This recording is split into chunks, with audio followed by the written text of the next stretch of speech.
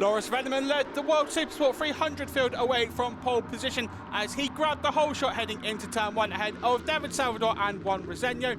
But the run into turn 5 is always crucial, especially on the opening lap, and the positions would all change throughout the run to the Adelaide hairpin. However, a few laps into the race, Carter, Thompson and Veneman were working together to build a gap to the riders behind, swapping places but able to keep edging out a gap over the competitors. Thompson was looking for his second win in as many World Supersport 300 rounds, while Veneman was searching for the perfect return to the championship.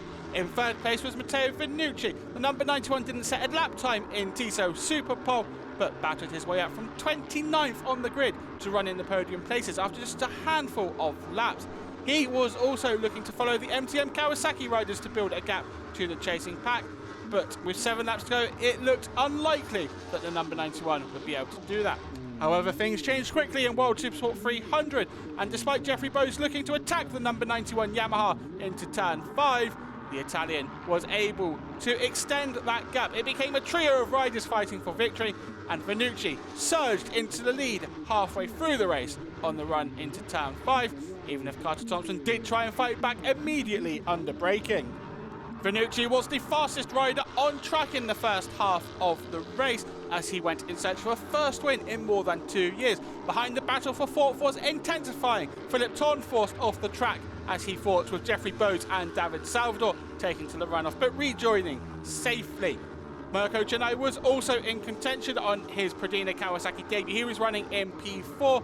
Jeffrey Bowes, though, was searching for that fourth place. The gap between the top 3 and the chasing pack had grown. It was only 3 riders in contention heading into the final lap. Vannucci was leading them out of turn 5.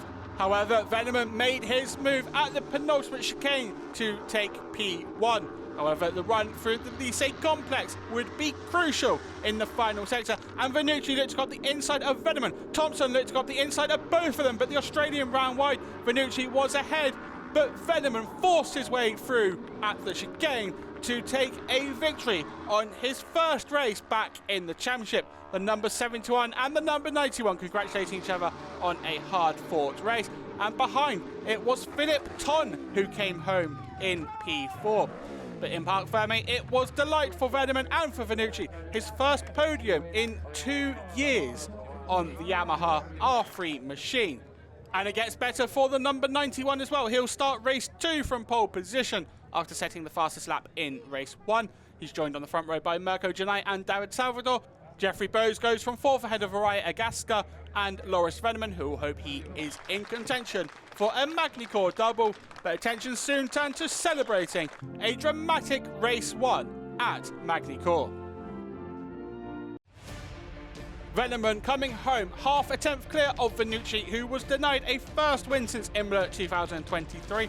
Carter Thompson completing the podium despite running wide through the final complex. Philip Thorn was 4th ahead of teammate Jeffrey Bowes. David Salvador limited the damage from a long lap penalty to come home in 6th. Benyat Fernandez was 11th from the back of the grid. He was ahead of Humberto Maia, Marco Gaggi, Juan Reseño and Antonio Torres, who completed the points-paying positions in race 1.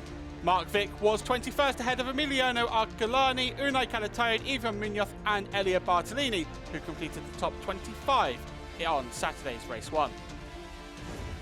The race from start to finish, it went great. The pace wasn't too high, also because of the wind, but in general it was manageable for me, so I could manage the tires, manage myself to get ready for the last lap to make an attack.